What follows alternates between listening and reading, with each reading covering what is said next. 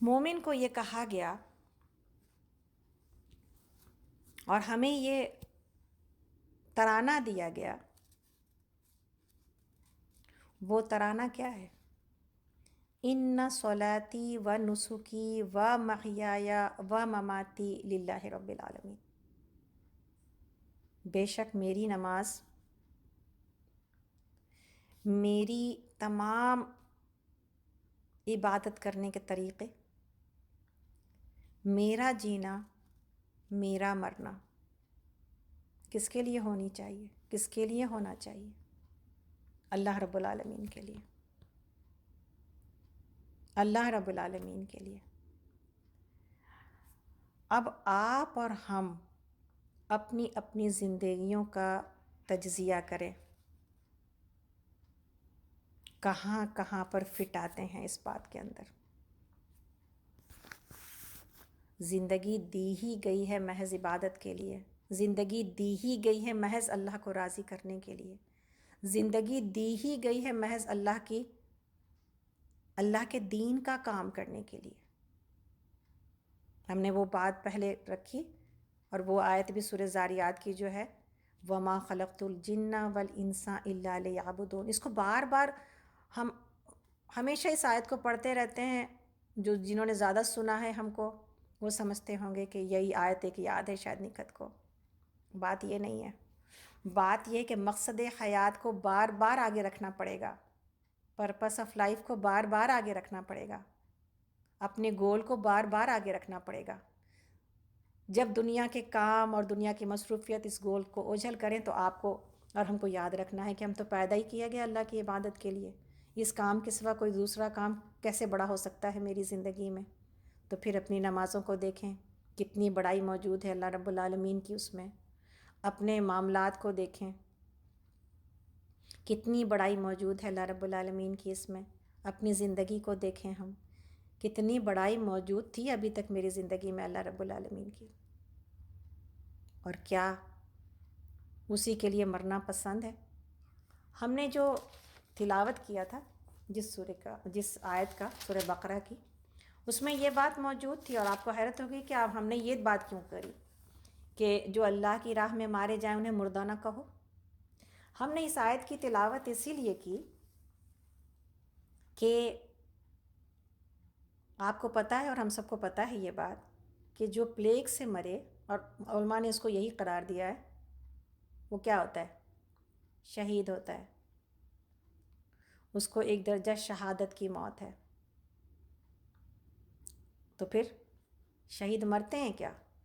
تو موت کا ڈر مومن کے پاس نہیں ہوتا، مومن تو اللہ سے ملاقات کے شوق میں جیتا ہے۔ اسی لیے ہم نہیں پڑھی، اور اسی لیے پڑھی کہ یہ بات سمجھ میں آ جائے کہ ان حالات میں ہمیں کیا ہے، اے لوگوں جو ایمان لائے ہو، صبر اور نماز سے مدد لو، اللہ صبر کرنے والوں کے ساتھ ہیں۔ اور جو لوگ ان حالات میں صبر کریں، یعنی خوف میں، فاقہ کشی میں، جان و مال کے نقصانات اور آمدنیوں کے گھاٹے میں، تو صبر کریں، اور جب کوئی مصیبت پڑے تو کیا کہیں؟ انا للہ و انا الیہ راجعون، اللہم اجرنی فی مصیبتی واخلف لی خیرا منہا۔ یہ بھی دعا موجود ہے۔ اللہ کا وعدہ ہے، انہیں خوشخبری دے دو، انہیں، میرے لیے اور آپ کے لیے ہے نا خوشخبری، انہیں خوشخبری دے دو، ان پر ان کے رب کی طرف سے بڑی عنایات ہوں گی، اور اس کی رحمت ان پر سایہ کرے گی، اور ایسے ہی لوگ ہدایت یافتہ ہیں جن کو کہ ہدایت مل چکی ہے۔ تو ساری تکلیف کے اندر میرا عمل کیا ہونا چاہیے، اور میرے لیے کیا امید موجود ہے، سب کچھ اس آیت میں موجود ہے نا۔ ہم پڑھتے رہتے ہیں، لیکن جب اصل وقت آتا ہے ہمارے پاس ان آیات کے اعتبار سے عمل کرنے کا،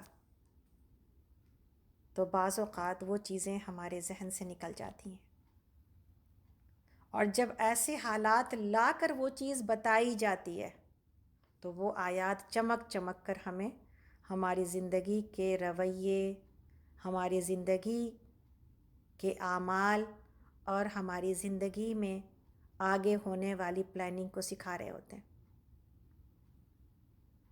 تو بات یہاں سے شروع ہوئی تھی کہ ہمیں کرنا کیا ہے.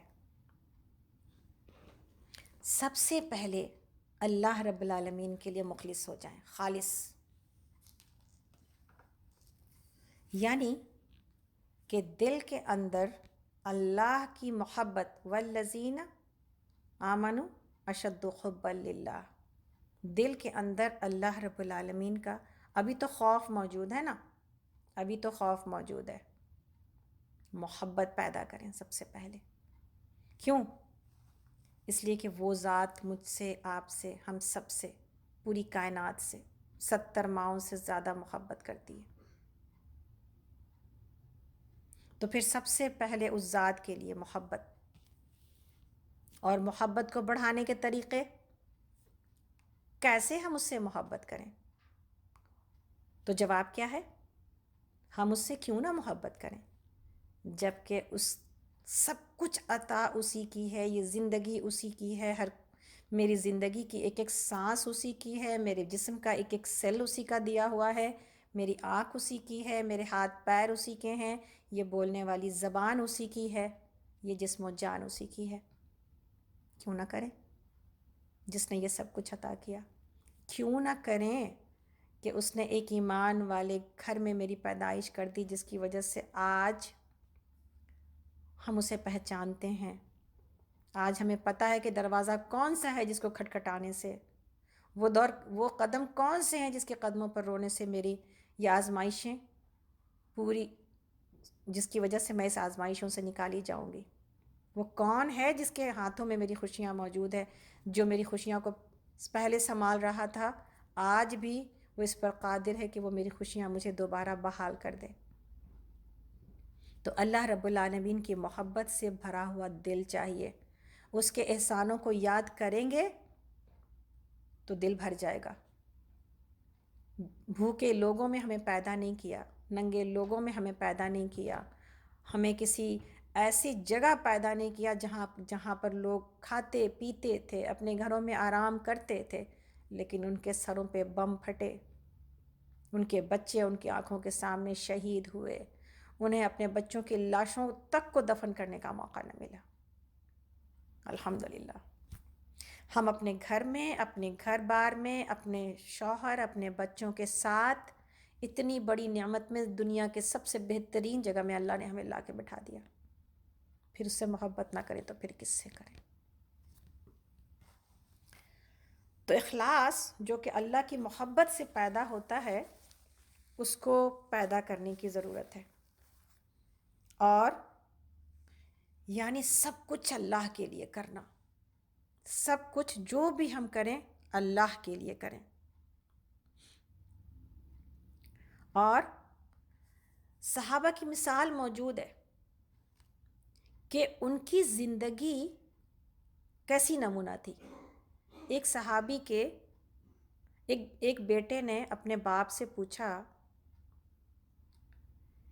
کہ کیا ایسی بات ہے کہ جب کسی صحابہ کی باتیں سنتے ہیں، وہی باتیں کسی دوسرے سے سنتے ہیں، وہ اثر نہیں ہوتا، لیکن جب ہم وہی بات ان سے سنتے ہیں تو اس بات کی مٹھاس ہی کچھ اور ہوتی ہے، اس کی تاثیر ہی کچھ اور ہوتی ہے.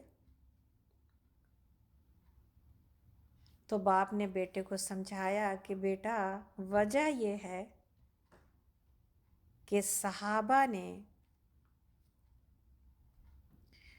اللہ کی رضا کو پانے کی نیت کے سوا کسی اور کام کے لیے عمل ہی نہیں کیا. بس اللہ کی رضا کو پانا ان کی زندگی کا مقصد تھا، ہر کام کے پیچھے، ہر کام کے پیچھے. تو یہ اخلاص ایسے پیدا ہوتا ہے.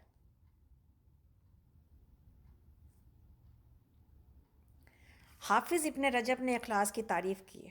دوبارہ سے یہ بات ہم پچھلے استقبال رمضان میں بھی شاید کہہ چکے ہیں، لیکن ہم کو بار بار یہ لگتا ہے آج کے دور میں، اور خاص طور پر ہم جیسے لوگ جو ماشاءاللہ سے دین کی تھوڑی سمجھ بوجھ بھی رکھتے ہیں، دین سے محبت بھی رکھتے ہیں، اور دین کے کچھ نہ کچھ اپنی کوشش دین کی خدمت میں بھی لگا رکھی ہے،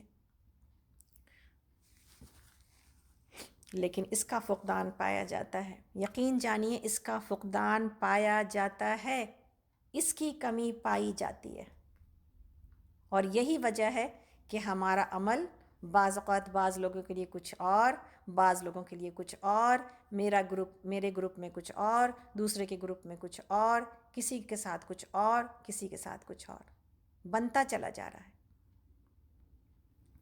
جو اللہ کا اخلاص دل میں رکھتا ہے، جو صحیح معنوں میں مخلص ہوتا ہے، اس کے رویے برابر ہوتے ہیں۔ وہ اللہ کو راضی کرنے کے لیے اللہ کی ساری مخلوق اس کے پاس برابر ہوتی ہے، اس کے پاس میرا اور تیرے کا کوئی جھگڑا نہیں ہوتا۔ تو حافظ ابن رجب تو ہم سیکھتے ہیں اخلاص انشاءاللہ تعالی، تاکہ ہم سب سے پہلے جو چیز اللہ کو سب سے زیادہ پسند ہے وہ میرے دل میں اپنی صورت دیکھنا چاہتا ہے، کہ اللہ رب العالمین نہ تو تمہاری صورتوں کو دیکھتے ہیں، حدیث جس کا مفہوم یہ ہے، نہ تمہارے مال کو دیکھتے ہیں، اللہ رب العالمین تمہارے دل اور تمہارے اعمال کو دیکھتے ہیں۔ اور اللہ رب العالمین اعمال میں کسی کی شرکت برداشت نہیں کرتے، ہے نا؟ ایسا ہی ہے نا وہ مشہور حدیث جس میں تین لوگوں کا کوئی عمل قبول نہیں کیا گیا، اور اتنے بڑے بڑے عمل موجود تھے، نہ عالم کا علم پھیلانا قبول کیا گیا، نہ ہی مالدار کا مال خرچ کرنا قبول کیا گیا، اور نہ ہی شہید کی شہادت اور جان قبول کی گئی۔ اللہ جو ہے نا 0.1% بھی شرک کو پسند نہیں کرتے، کہ میرے علاوہ کسی اور کام کے لیے، دکھاوے کے لیے، شہرت کے لیے، نام کے لیے، کسی دوسرے انسان کو خوش کرنے کے لیے عمل کیا جائے، یہ کیسے حاصل ہوگا بھلا؟ حافظ ابن رجب رحمہ اللہ فرماتے ہیں اخلاص کی تعریف کیا ہے؟ آپ لوگوں میں سے جو لکھنا چاہے لکھے۔ بندہ جب عمل کرے تو اس کے دل میں یہ یقین ہو کہ اللہ تعالیٰ اسے دیکھ رہا ہے، یہ ہے اخلاص کی تعریف۔ اللہ تعالیٰ اسے دیکھ رہا ہے، اور وہ اس کے حالت کو بھی جانتا ہے۔ دیکھنے میں بعض اوقات ہم سمجھ نہیں پاتے، دیکھنے والا ظاہری حالت کو دیکھ رہا ہوتا ہے نا، لیکن اس میں اضافہ کیا کیا گیا کہ اس کی تمام حالت کی بھی خبر رکھتا ہے وہ، کہ دماغ میں کیا چل رہا ہے، دل میں کیا چل رہا ہے، سب پتہ ہے اس کو، دیکھ ہی نہیں رہا، صرف جان بھی رہا ہے اور اس کے قریب ہے۔ یہ ہے اخلاص کی تعریف، کہ بندہ جب عمل کرے تو اس کے دل میں یقین ہو کہ اللہ تعالیٰ اسے دیکھ رہا ہے، اس پر مطلع ہے، یعنی اس کی خبر رکھ رہا ہے، وہ اس کو جانتا ہے اور اس کے قریب ہے۔ تو کہتے ہیں کہ جب بندہ اپنے عمل میں اس چیز کو یاد کرتا ہے، اب دیکھیں کیا ہمارے لیے وہ وقت نہیں آ گیا کہ ہم اپنے عمل کو اب نئے سرے سے، نئی پلاننگ کے ساتھ اپنا عمل شروع کریں؟ اس لیے کہ جو بھی کھوٹ ہے وہ اب نکالنی تو پڑے گی نا، وقت تو آ گیا نا کہ کھوٹ سے پاک ہوا جائے۔ تو کہتے ہیں کہ جب بندہ اپنے عمل میں اس چیز کو یاد کرتا ہے اور پھر اسی کیفیت کے ساتھ اپنا عمل مکمل کرتا ہے، ہر عمل، صرف عبادت نہیں، معاملات بھی، اخلاق بھی، لین دین بھی، ہر وہ چیز جس سے میری زندگی ریلیٹڈ ہے، جو مجھے زندگی میں معاملات پیش آتے ہیں، ہر وہ چیز چھوٹی سے چھوٹی بھی، تو جب اسی کیفیت کے ساتھ اپنا عمل مکمل کرتا ہے تو وہ مخلص ہوتا ہے، تو وہ مخلص ہوتا ہے۔ کیوں؟ کیونکہ اس کیفیت کو یاد رکھنا اسے اللہ کے سوا کسی اور چیز کی طرف متوجہ ہونے سے اور کسی اور چیز کا ارادہ کرنے سے روک دیتا ہے۔ یہی ہے نا کہ جب یہ یاد آ جائے کہ اللہ مجھے نماز میں نہ صرف دیکھ رہا ہے بلکہ میرے دل اور دماغ کی کیفیت سے بھی واقف ہے، تو پھر بندہ مومن پڑھے گا نا وہ نماز جسے اللہ قبول کر لے۔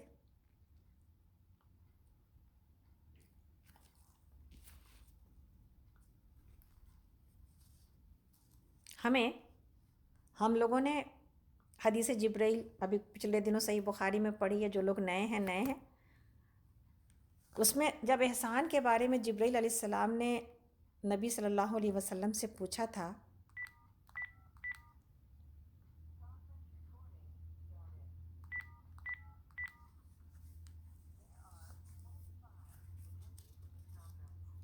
کہ یا رسول اللہ احسان کیا ہے، تو اللہ کے نبی صلی اللہ علیہ وسلم نے کیا فرمایا تھا؟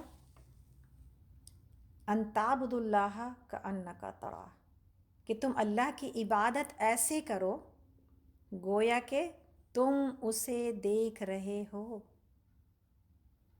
وَإِن لَّمْ تَكُن تَرَاهُ فَإِنَّهُ يَرَاكَ، اور اگر تم اس کو نہیں دیکھ سکتے تو وہ تو تمہیں دیکھ ہی رہا ہے، وہ تو تمہیں دیکھ ہی رہا ہے۔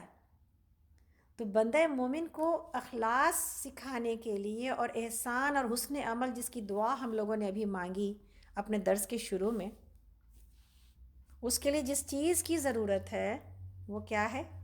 وہ یہ ہے کہ اللہ رب العالمین کو میں دیکھ رہی ہوں۔ وہ جو دکھائی نہیں دیتا آنکھوں سے اور اس کے باوجود ہر جگہ موجود ہے، جو میری شہ رگ سے بھی زیادہ قریب موجود ہے، اس کو دیکھنا شروع کر دینا ہے میری آنکھوں نے۔ یہ ہے اس دعا کی تیاری جو زبان سے تو مانگی جاتی ہے۔ ہم سب اسی ایک ہی کشتی میں سوار ہیں، بولنے والا بھی اتنا ہی ہے خالی۔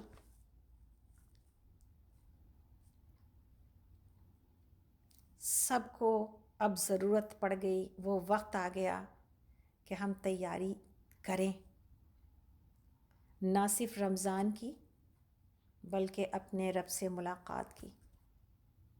اپنا سامان سمیٹیں، اپنے دل کو پاک کریں اور دیکھیں کہ کون سا وہ عمل ہے جو اگر تھوڑا بھی کیا جائے تو بہت بڑا عمل بن جائے گا، بہت وزنی ہو جائے گا اللہ کی نظر میں۔ بھاگ بھاگ کے بہت کام کر رہے ہوتے ہیں، لیکن اگر اخلاص کو کہیں پر سے نکل گیا ہے، کہیں پر کسی کو دکھانے کے لیے، کہیں پر کوئی فارم فل کرنے کے لیے، کہیں پر کوئی کسی کو لکھ کے دینے کے لیے اگر کام کیا جا رہا ہے، کہیں پر بادل و ناخواستہ اوپر سے آیا ہے جناب یہ حکم ہے تو بس ٹھیک ہے، اب حکم آیا ہے تو چاروں ناچار کرنا ہی پڑے گا، مومن اور مخلص بندہ ایسا نہیں ہوتا، بلکہ اس کو ایک اور ترانہ دیا گیا اور ہم سب اس سے واقف ہیں، اور مومن کی زندگی اسی سے ریلیٹڈ ہے، جہاں پر بیس یہ ہے کہ ان صلاتی و نسکی و محیای و مماتی للہ رب العالمین، وہیں پر ترانہ یہ ہے لبیک اللہم لبیک لبیک لا شریک لک لبیک ان الحمد والنعمت لک والملک لا شریک لک۔ یہ ترانہ ہے، حاضر میرے اللہ، میں حاضر، میں دوڑ کے آئی، آپ کے حکم پر میں دوڑ کے آئی۔ پچھلے دنوں جب میرے والد کا انتقال ہوا اور اس کے بعد کتنی دیر یہ باتیں چلتی رہیں، اور آج بھی جب کسی بیٹی سے میری ملاقات ہوتی ہے تو ہر کسی کو یہ لگتا ہے نکھت آپ خوش نصیب تھیں اور آپ نے اپنے والد کی خدمت کی، اور ہر ایک بیٹی کے دل میں اپنے والدین کی خدمت کا شوق موجود ہے، اور والدین سے یہ محبت ان کے ان احسانوں کی وجہ سے ہے، اور یہ قدرتی چیز ہے، اور یہ ہونا بڑی نعمت ہے کہ کسی کو اپنے والدین کی دعا مل جائے، ہے نا، بڑی قسمت کی بات ہے کسی کو یہ مل جائے، اور الحمدللہ لیکن وہیں پر ایک بات ہم کو بار بار جیسے اب آج کل یاد آ رہی ہے کہ جب ہم ماں باپ کے احسان کے لیے، ہم ماں باپ کی خدمتوں کے لیے ایک دم کہ یا اللہ ہمیں کچھ تو خدمت کا موقع مل جائے، اور اگر نہ ملا ہے پہلے تو کم سے کم آخری وقت میں خدمت کا موقع مل جائے، کاش ہم ان کو خوش کر جائیں، کاش ہم ان کی دعائیں لے جائیں. تو میرے اب بار بار یہ یاد آتی ہے بات کہ ایک خدمت اللہ رب العالمین، ماں باپ سے بڑی عطا اور بڑا احسان تو اللہ رب العالمین کا ہے میری زندگی کے اوپر. میں نے کب سوچا کہ میں اللہ رب العالمین کی خدمت کروں دوڑ دوڑ کے.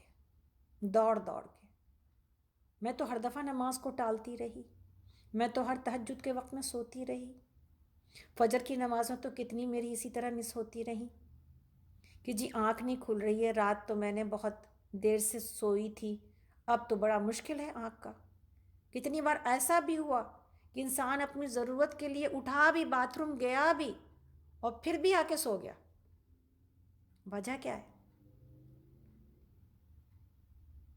وجہ یہ ہے کہ اپنے محسن کو نہیں پہچانتا. کہنے کو اللہ اکبر سب کی زبانیں بولتی ہیں، لیکن ہم نے لبیک اللہم لبیک اس ترانے کو اپنی زندگی میں جاری اور ساری نہیں کیا. ہم نے سمجھا یہ بس حج اور عمرہ کرنے والوں کے لیے ہے، شاید جو حج پہ جائے گا وہ یہ پڑھے گا.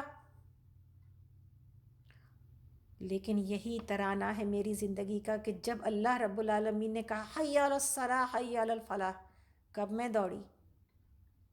یہاں سے اوپر ہمیں سکھایا گیا، ہمیں یہ سکھایا گیا کہ نماز سے پہلے نماز کا انتظار کرو. مومن نماز کے انتظار میں رہتا ہے. اللہ کے نبی صلی اللہ علیہ وسلم نے کہا کہ اے بلال آذان دے کر مجھے فرحت پہنچاؤ، نماز کی ٹھنڈک، میرے آنکھوں کی ٹھنڈک نماز میں ہے. یعنی دنیا پریشان کرتی ہے اور اللہ رب العالمین کی گود آرام دیتی ہے. ہمارے گناہ ہمیں سلگاتے ہیں اور نماز کی ٹھنڈک اس کو ٹھنڈا کرتی ہے.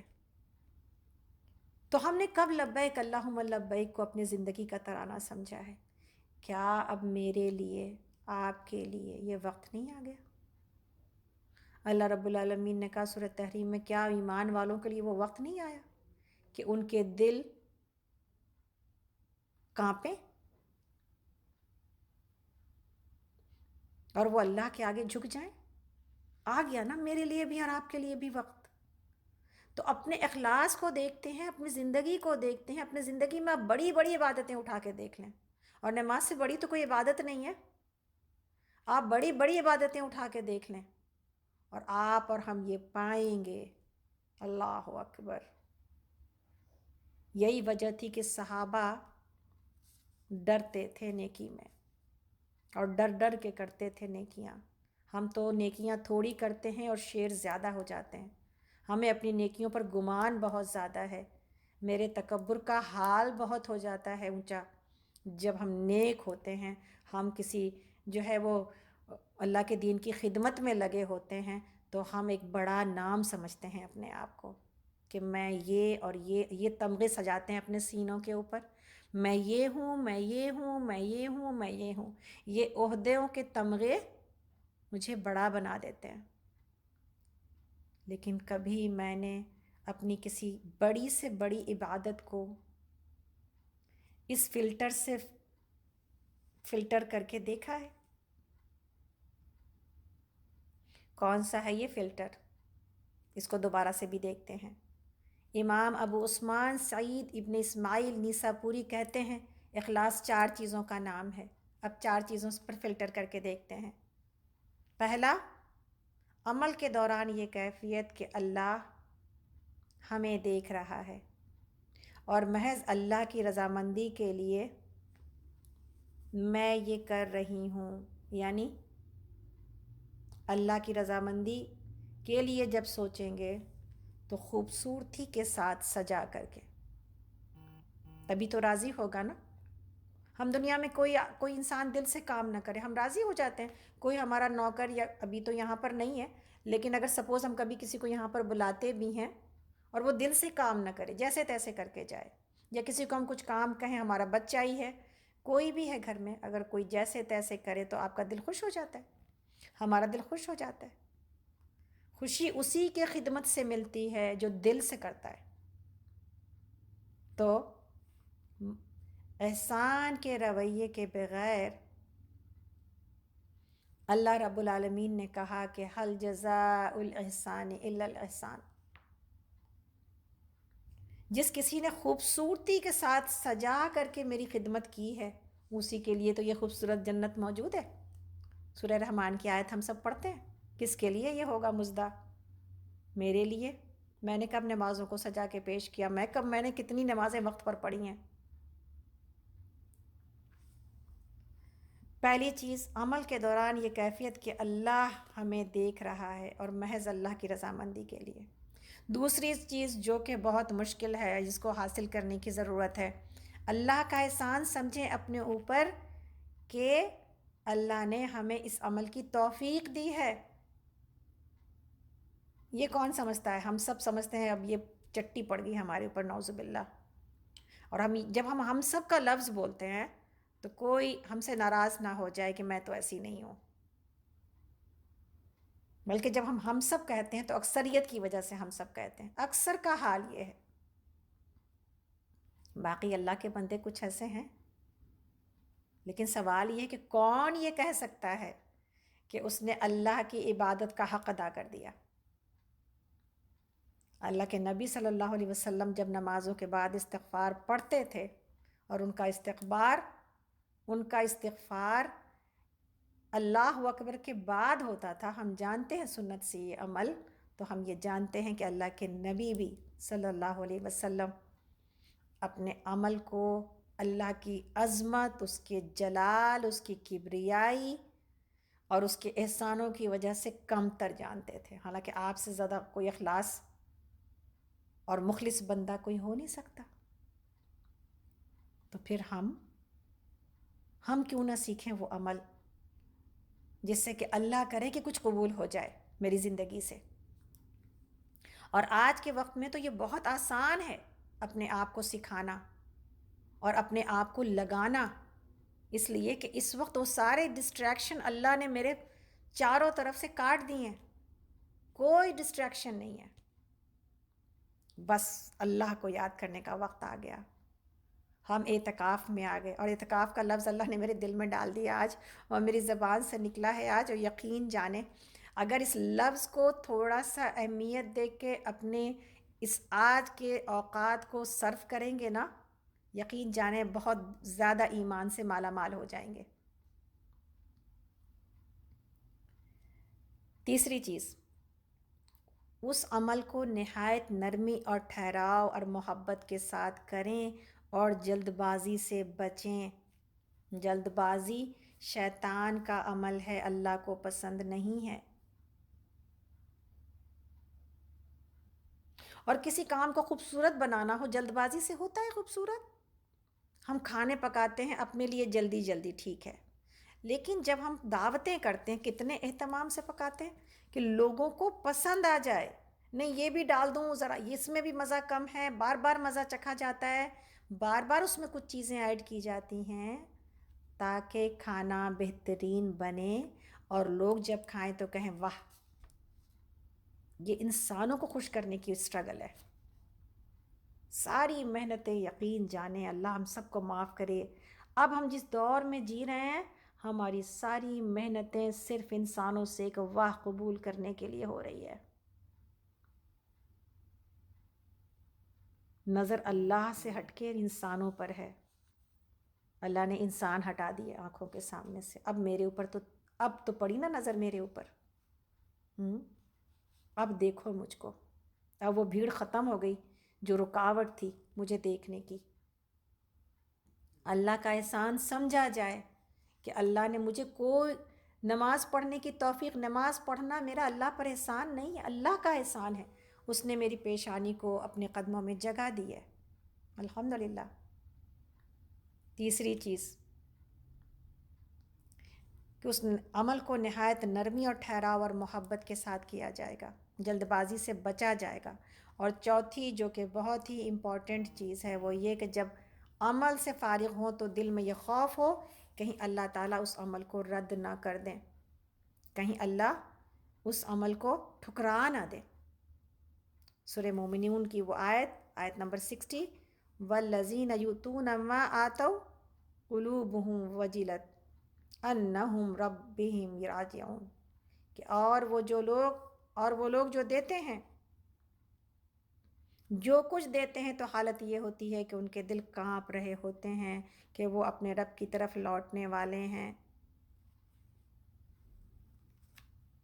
یہ ہے حالت نیکوکار بندوں کی، یہ حالت۔ حضرت عائشہ نے پوچھا یہ کن لوگوں کی حالت ہے، کیوں ڈرتے ہیں یہ لوگ؟ کیا وہ لوگ ہیں جو زنا کرتے ہیں، جو چوری کرتے ہیں؟ تب ان کو بعد میں اللہ کی عبادت کرنے میں یہ ڈر لگا ہوتا ہے شاید کہیں اللہ ٹھکرا نہ دے۔ اللہ کے نبی صلی اللہ علیہ وسلم نے کہا کہ نہیں اے صدیق کی بیٹی، یہ وہ لوگ ہیں جو نمازیں پڑھتے ہیں، جو اللہ کو راضی کرنے کے کاموں میں لگے ہوتے ہیں، نیکیاں کرتے ہیں۔ ان کا عمل اور ان کی دل کی فکر یہ ہے، ان کو فکر اس بات کی کھائی جاتی ہے کہ میرے اللہ کا جو حق ہے وہ مجھ سے ادا نہ ہو سکا، اللہ کی قدر نہ جانی ہم نے، اس میں کمی نہ رہ جائے کہ اللہ اسے قبول نہ کریں۔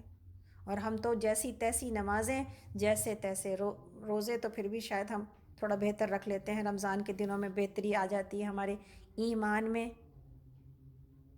اور جیسے جو بھی عمل کر کے ہم یہ سمجھتے ہیں بس یہ قبول ہو گیا یہ عمل، اور ہم سمجھتے ہیں بس ہم نے تو بہت بڑا کام اور بڑے بڑے جو ہے نا وہ ہم نے نیکی کے پہاڑ جمع کر لیے۔ اور اگر کوئی یہ نہیں بھی سمجھتا، ضروری نہیں ہے کہ ہر کے دل دماغ میں اتنی کبریائی سمائی ہوئی ہو، کوئی اگر یہ بھی نہیں سمجھتا لیکن اگر اس فکر سے خالی ہے تو پھر بہت غفلت میں ہے، بہت غفلت میں ہے۔ تو ابو عثمان سعید بن اسماعیل کا کہنا ہے کہ جو یہ 4 چیزوں کو جمع کر لیتا ہے وہ مخلص ہوتا ہے۔ پہلی چیز عمل کے دوران اللہ کو، کہ اللہ ہمیں دیکھ رہا ہے۔ دوسری چیز اللہ کا احسان سمجھے اپنے اوپر کہ اللہ نے ہمیں اس عمل کی توفیق دی ہے۔ تیسری چیز اس عمل کو خوبصورتی کے ساتھ سجائے، اور چوتھی چیز یہ ہے کہ جب عمل کرے تو دل میں خوف ہو کہ کہیں اللہ اس عمل کو ٹھکرا نہ دے۔ ابھی ہم اخلاصی کے چیپٹر پر ہیں، ہمارا اتنا ٹائم نکلا بھی ہے، لیکن ہم آپ کو جلدی چیزوں پر سے گزاریں گے انشاءاللہ۔ دوسری چیز کیا ہے؟ ہم اپنے دل کو پاک کریں۔ اب یہ عمل تو ایسے ہی ہو رہا تھا نا، اخلاص بھی دل ہی میں ہے، اور دل کے علاوہ جو ہے وہ کوئی اور چیز ہی نہیں کہ جس کی جتنی صفائی کی فکر کی جائے اتنا کم ہے۔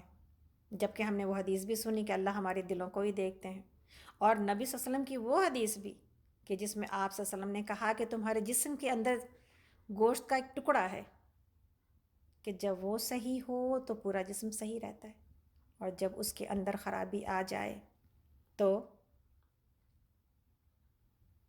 پورا جسم خراب ہو جاتا ہے۔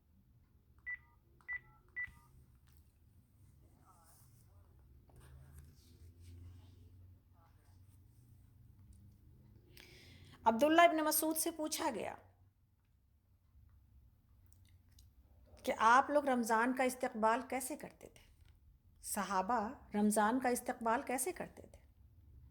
تو آپ نے فرمایا کہ جب رمضان کا چاند نظر آ جاتا تھا تو کوئی شخص اس بات کی جرات نہیں کرتا تھا کہ اس کے دل میں کہ وہ رمضان کے مہینے میں داخل ہو اور اس کے دل میں ذرہ برابر بھی کسی کے لیے بغض اور کینہ موجود ہو۔ یہ ہے رمضان کا استقبال، یہ ہے رمضان کی تیاری، اور یہ ہے آج کے دور کی تیاری، آج کے وقت کی تیاری۔ اپنے دل کو صاف کرنا ہے ہمیں سب کے بغض اور کینوں سے، حسد سے۔ میرا دل کیسا ہونا ہے پھر کس کو کہا جاتا ہے صفائی؟ کیسے ہم جانیں کہ میرا دل بغض اور کینے سے صاف ہے؟ اس کا ٹیسٹ کیا ہے؟ لٹمس پیپر کیا ہے؟ ٹیسٹ یہ ہے کہ اپنے دل میں یہ پائیں کیا میرا دل سب کی خیر خواہی کے لیے کو قبول کرتا ہے، سب کے لیے بھلا سوچ رہا ہے، سب کے لیے چاہتا ہے کہ اس کا بھی بھلا ہو جائے، اس کا بھی بھلا ہو جائے، اس کا بھی بھلا ہو جائے۔ کیا میرا دل جو اپنے لیے پسند کرتا ہے وہی دوسروں کے لیے بھی پسند کر رہا ہے؟ اس لیول پر آنا ہے آپ کو اور ہم کو، تب ہوگی دل کی صفائی۔ جب تک نہیں آتا اسٹرگل جاری رکھنے کی ضرورت ہے۔ ایک جست میں یہ کام نہیں ہوتے، ایک جمپ میں نہیں ہوتے۔ اس کے لیے بہت بڑی اپنی انا کی، اپنے شوق کی، اپنے پسند کی اور اپنے زخموں کو ڈھانپنا ہوتا ہے، مرہم رکھنا ہوتا ہے۔ زخم جب تک کھلے رہیں گے ہمارے، ہم لوگوں کو معاف نہیں کر سکیں گے۔ لیکن اللہ کے لیے ان زخم کو سی لیا جائے۔ اللہ نے کہا جب کوئی انسان چاہتا ہے کہ اللہ اس کو معاف کرے تو پھر وہ چاہیے کہ وہ لوگوں کو معاف کرے۔ تو ہم وہ حدیث جانتے ہیں کہ جب ایک صحابی کو نبی صلی اللہ علیہ وسلم نے 3 دن جب وہ مسجد میں آئے ان کو جنتی ہونے کی بشارت دی۔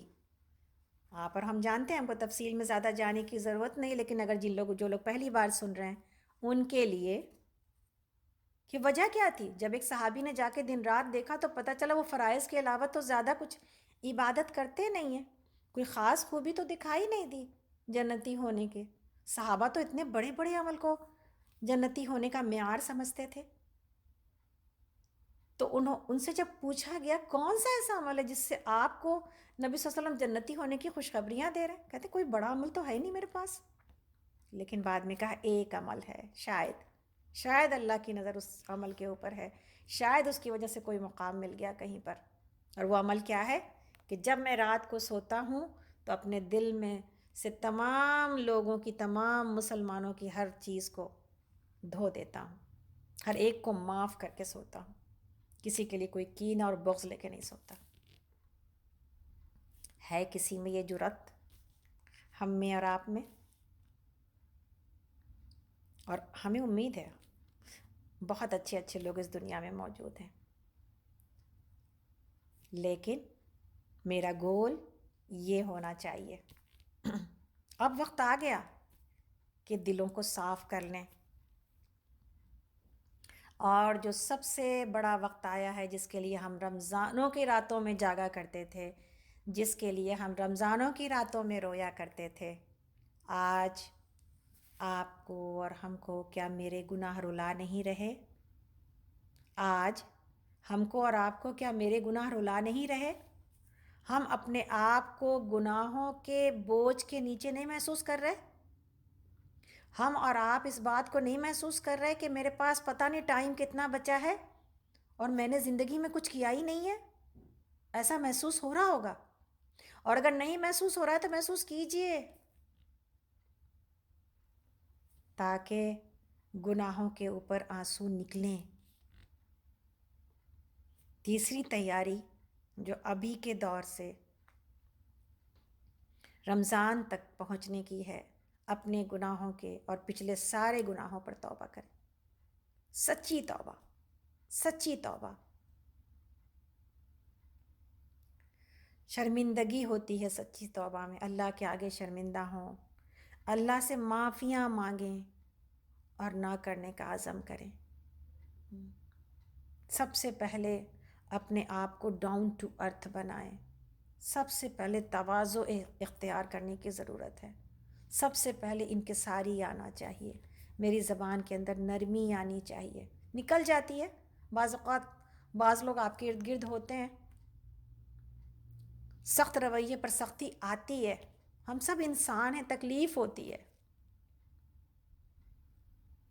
لیکن یہی تو بات ہے کہ جو انسان اپنے گناہوں سے جب معافیاں مانگ لیتا ہے اور بدلنے کا عمل کرتا ہے نا، بدلنے کا عزم کرتا ہے اللہ رب العالمین سے۔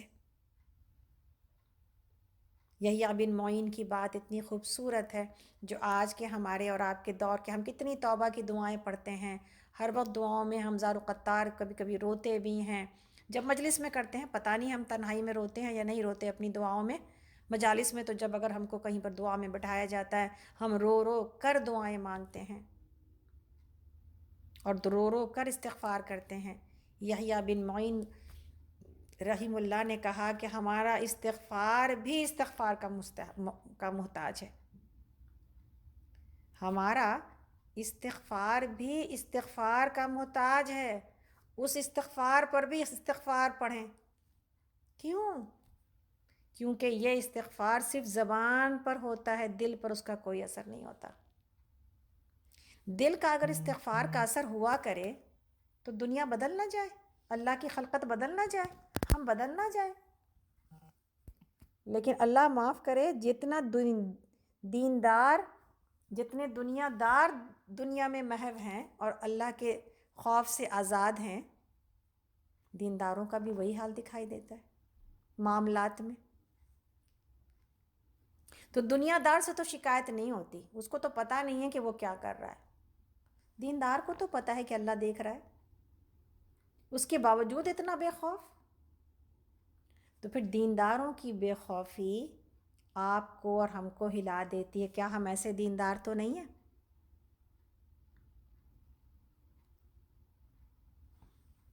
اللہ سے توبہ کریں. اب وقت آ گیا، اپنے ہم کمزور ہاتھوں کو اٹھائیں، وضو کریں نماز کے لیے اور دل سے سچی توبہ کریں.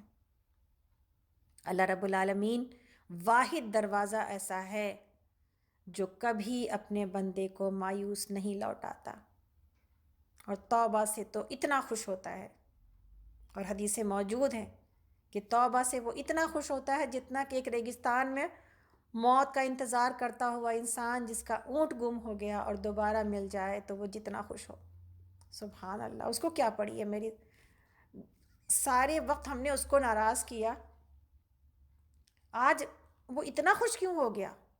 وجہ یہ ہے کہ وہ منتظر ہی تھا پہلے سے بھی میرا، آج پلٹنے پر خوش ہو گیا ہے. سبحان اللہ. تو وہ تو میرا منتظر ہے، ہم سب کا منتظر ہے، اور ہم سب الحمدللہ ہم اس کو چاہتے بھی ہیں، ہم اس کی عبادت بھی کرتے ہیں. لیکن آج اس پروگرام کو سنتے ہوئے، کرتے ہوئے میرے اور آپ کے دل میں یہ نہیں آ رہا کہاں کہاں پر کمی موجود ہے، کہاں کہاں سے میں ابھی مجھے کہاں کہاں پر مجھے اپنے آپ کو صاف کرنا ہے، کہاں کہاں پر میں نے منافقت پال رکھی ہے اپنے دل کے اندر کہ میری زبان کچھ کہتی ہے اور میرے دل میں کچھ اور ہے، میری زبان کچھ کہتی ہے اور میرا عمل کچھ اور ہے.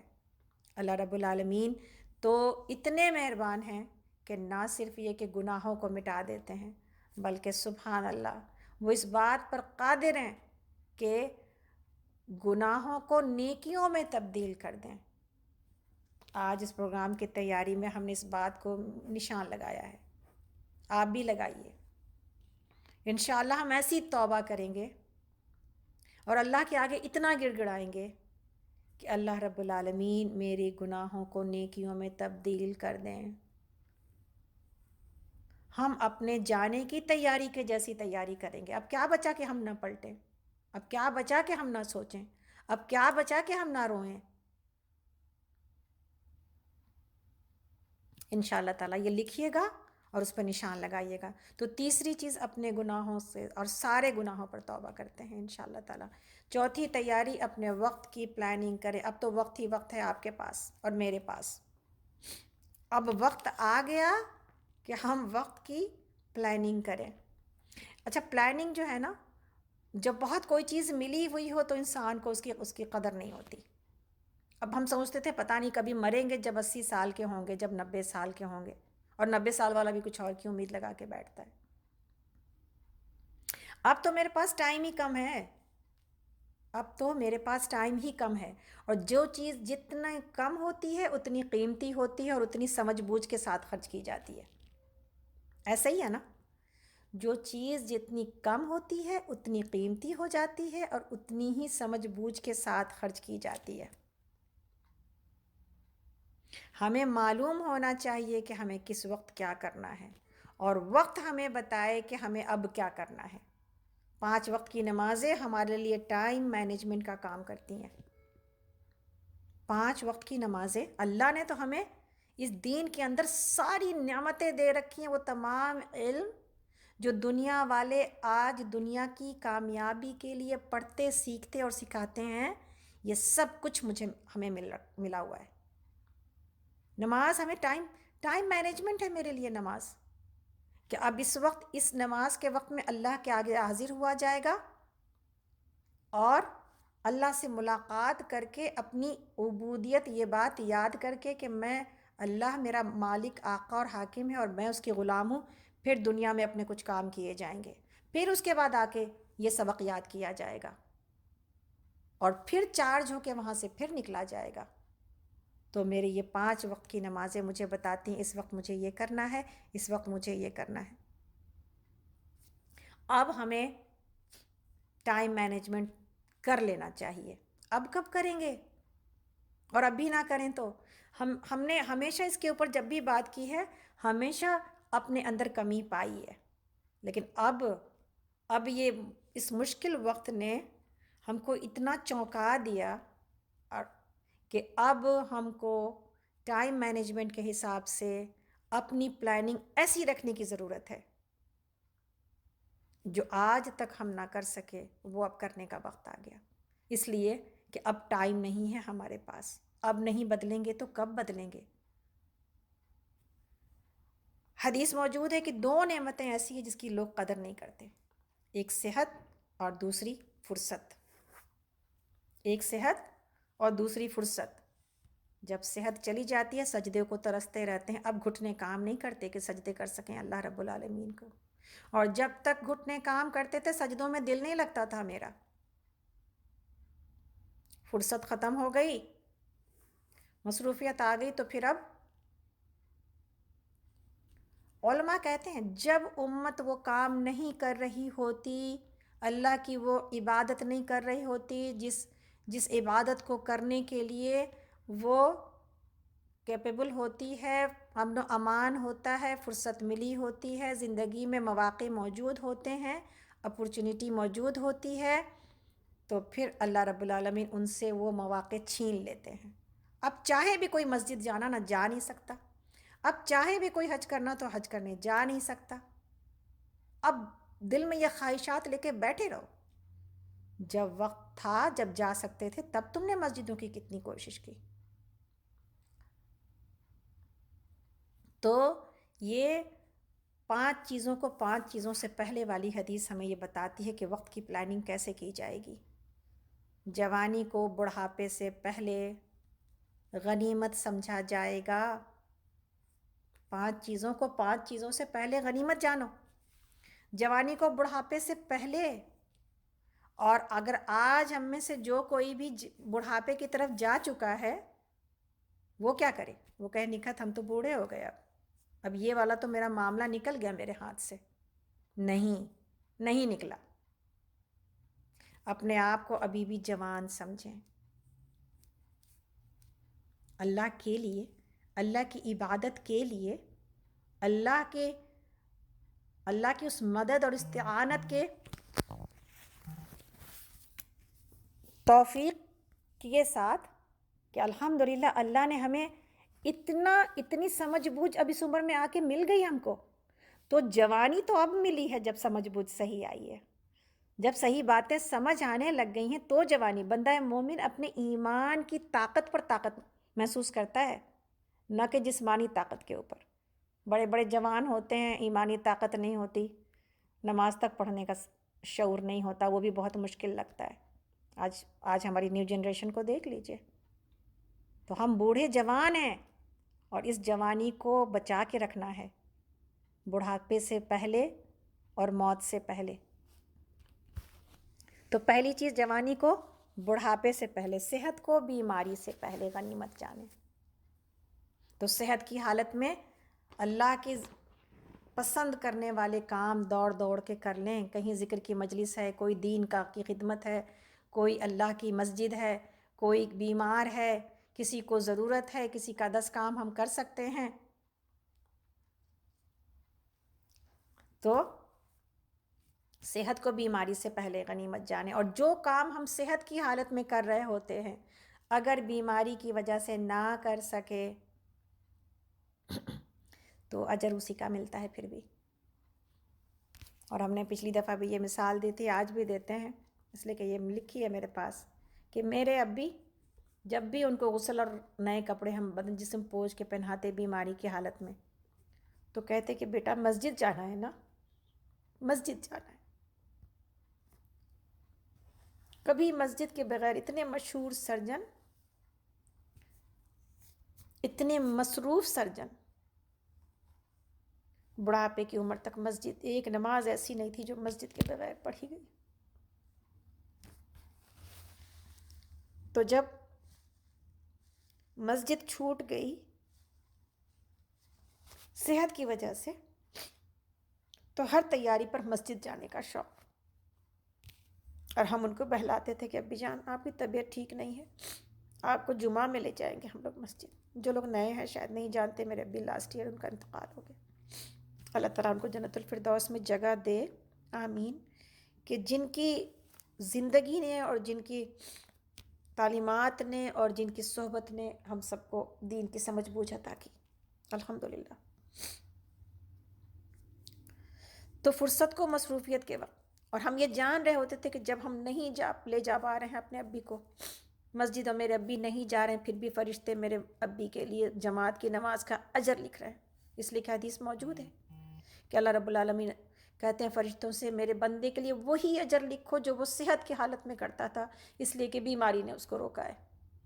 اگر وہ بیمار نہ ہوتا تو پھر وہ یہی کر رہا ہوتا. اس عمل پر، اس اجر پر آنے کی ضرورت ہے، اس اجر پر آنے کی ضرورت ہے ہم کو اور آپ کو.